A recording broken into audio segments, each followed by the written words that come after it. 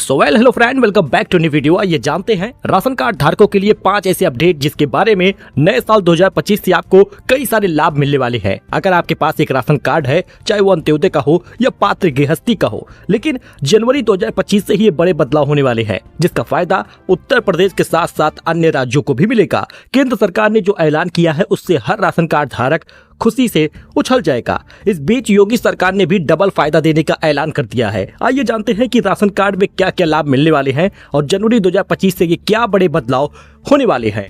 सबसे पहले ये जान लीजिए कि जनवरी 2025 बेहद खास होगा, क्योंकि राशन कार्ड धारकों के लिए योगी सरकार ने बड़ा ऐलान कर दिया है। अब गेहूं चावल के साथ मुफ्त में 2 और अनाज दिया जाएगा, जो कि एक पोषक अनाज होगा। दोस्तों, आपको पता ही होगा कि सरकार इससे पहले लॉकडाउन यानी कि कोविड टाइम में भी चना तेल नमक देने का ऐलान किया था और हर महीने 1-1 किलो का पैकेट मिलता था। लेकिन आपको बताते चले कि अब अगले महीने कानपुर से लेकर उत्तर प्रदेश के सभी जिलों में राशन कार्ड धारकों को ज्वार और बाजरा देने का ऐलान हुआ है।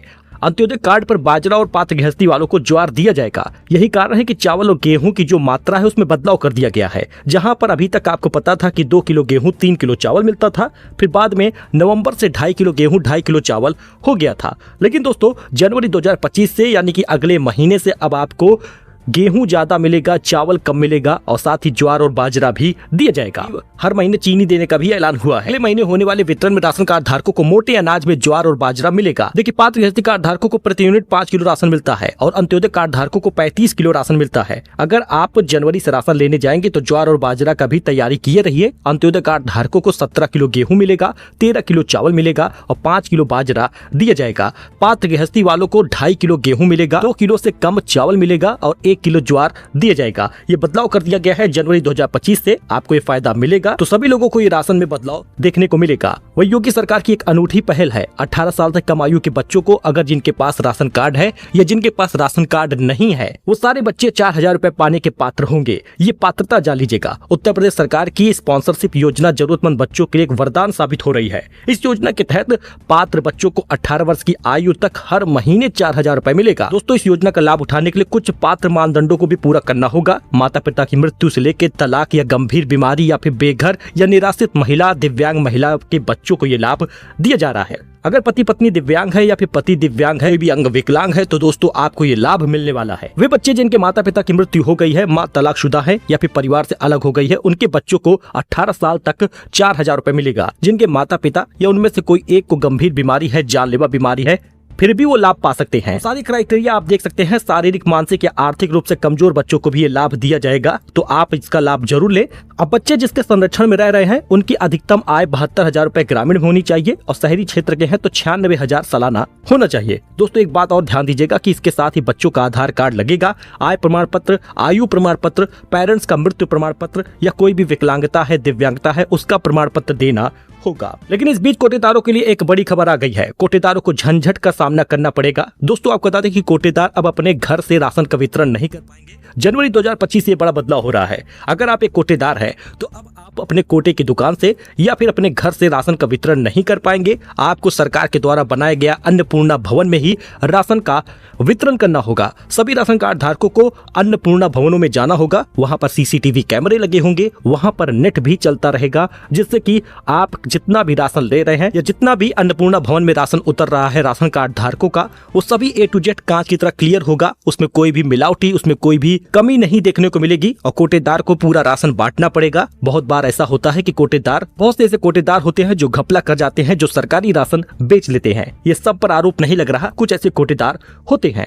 लेकिन इस बीच दोस्तों, कोटेदार के पास राशन कार्ड ले जाने का झंझट समाप्त हो चुका है। इस ऐप से आप जनवरी 2025 से राशन ले सकते हैं। मेरा राशन 2.0 सरकार ने लॉन्च कर दिया है, जिसमें आप बस आधार कार्ड दर्ज करते ही आपका सारा डिटेल आ जाएगा और उस डिटेल के माध्यम से आप राशन ले पाएंगे और आपको राशन कार्ड ले जाने की जरूरत नहीं होगी। वह E-KYC की डेट को भी बढ़ा दिया गया है। योगी सरकार ने 2 महीने तक E-KYC की डेट बढ़ा दी है। इसका मतलब ये है कि अब आप फरवरी तक E-KYC नहीं करेंगे फिर भी आपको राशन मिलता रहेगा। लेकिन राजस्थान में राशन की डेट को नहीं बढ़ाया गया, E-KYC की डेट को नहीं बढ़ाया गया, जिस वजह से फ्री गेहूं पाने वाले लगभग 2 जिलों में 6,500 राशन कार्ड धारक निरस्त हो चुके हैं। राशन कार्ड धारकों के राशन निरस्त कर दिए गए। हालांकि आपको बताते चले कि यहाँ पर भी 1-2 महीने की डेट बढ़ाई जा सकती है।